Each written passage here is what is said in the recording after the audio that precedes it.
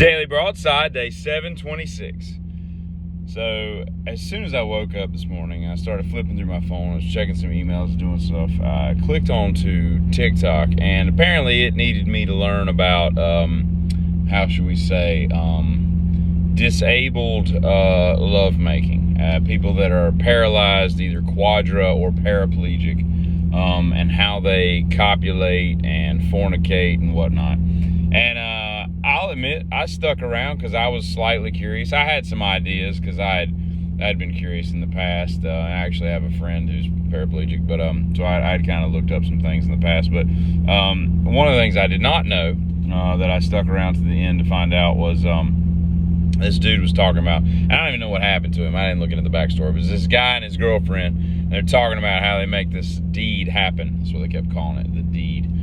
And one of the things they said that they have to have a small injection, right? Like a 20 cc's of something that go into the base of the guy's unit, right? To get it to do what it does, right? And I was always under the impression that paraplegics and quadriplegics would just get sporadic. They would get up sporadically and unbeknownst to themselves, unless they saw it, they didn't know, it just happened, and then it was like, it's go time, I thought that was that, but apparently they now have drugs that will, injection will allow you to do that, right? And then, they talk about positional, implements that help them do what they do and all that. But here's the more important part, okay? And here's where I have an issue with this whole thing, okay?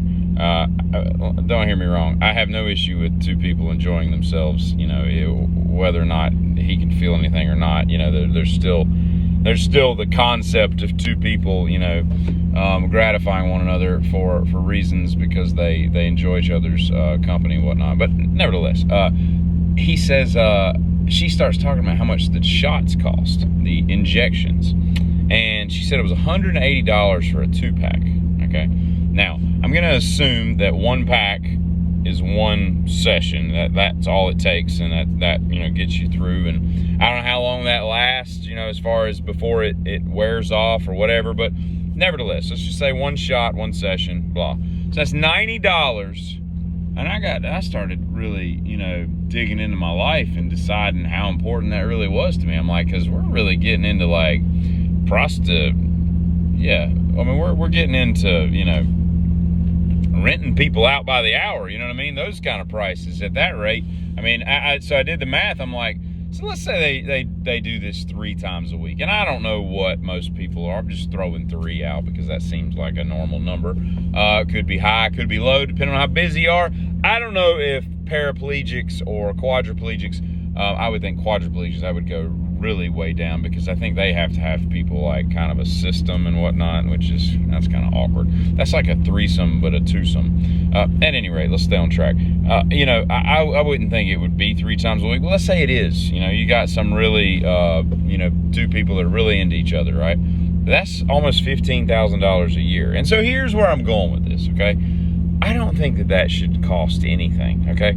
Regardless of what got you paralyzed, unless, and even if you did something completely reckless, maybe I have a problem with that. I mean, if you went out and, shot up a house and then somebody defended their place and you got shot and paralyzed, maybe I don't care about that as much. But let's say you're in a car wreck, right? Through no fault of your own or whatever gets you paralyzed.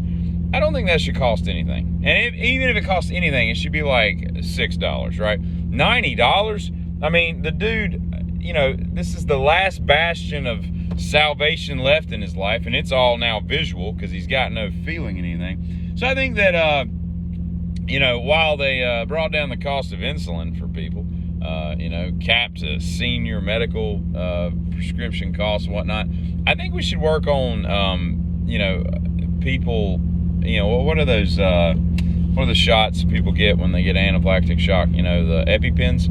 Those shouldn't cost $7,000. Those should be like $2. And I think along the lines of an EpiPen, I think that paraplegic penis injections should be mostly free too, because that's just not right. I mean, imagine if your S life involved $90 every time you did it. I mean, that would, for a lot of people become a very special occasion. You'd be like, do you want to, and they'd be like, we had to pay the power bill this month or this week, you know, and you'll be like, oh yeah, all right. And then like next week they come in like you feeling a little, and she'll be like, water bill. And I'm like, oh, okay, all right. And then you come in like 3 or 4 days later and like, hey, what are you thinking about? The insurance was due. You know what I mean? So, I mean, that could really disrupt some stuff. But nevertheless, it's just something to think about. I was just floored that it cost that much. Which, once again, greed. I've decided that of the 7 deadly sins, greed is the one that I fall prey to the least. I just don't have a lot of greed, you know? I mean, granted, if somebody says, hey, I'm throwing these out, I don't want these, and it's something that I could use or want, I'll take them. I mean, I'll take all of them, whatever. But it's not like I would go to their house and be like, hey, you throwing those out? You know what I mean? Like, I just don't have a lot of, I don't have like a greed bone in my body. But these damn prescription drug companies seem to, because they want to charge people that can't feel their wieners to have wiener sex with their the people that are mostly caretakers and the closest person in their life, you know. But anyway, the other night at the show, a couple things happened while we're talking about people with disabilities. I looked up at one point, and in the crowd, in like the pit area of this metal show, 2 people walked in with dinosaur costumes. You know, the dinosaur costumes, they're kind of like inflatable or whatever, and you see people out of like check cashing places or tax places or whatever, where they're out at the sign with the sign at the street trying to get you to come in and, you know, get whatever service done or get a new haircut or whatever. It was one of those, and I'm like, you know, and I watched somebody as we walked in, and they were like, oh, you can't take cigarettes in, so I had to throw a cigarette pack out. And I'm like, y'all don't allow cigarettes, but you allow dinosaur inflatable outfits. It's just weird, because these 2 dinosaur T-Rex heads were just bopping through the middle of the crowd, you know, like 2 feet taller than everybody. And then the other thing I saw was someone in a wheelchair, not once, but 3 times, crowd surfing across the event.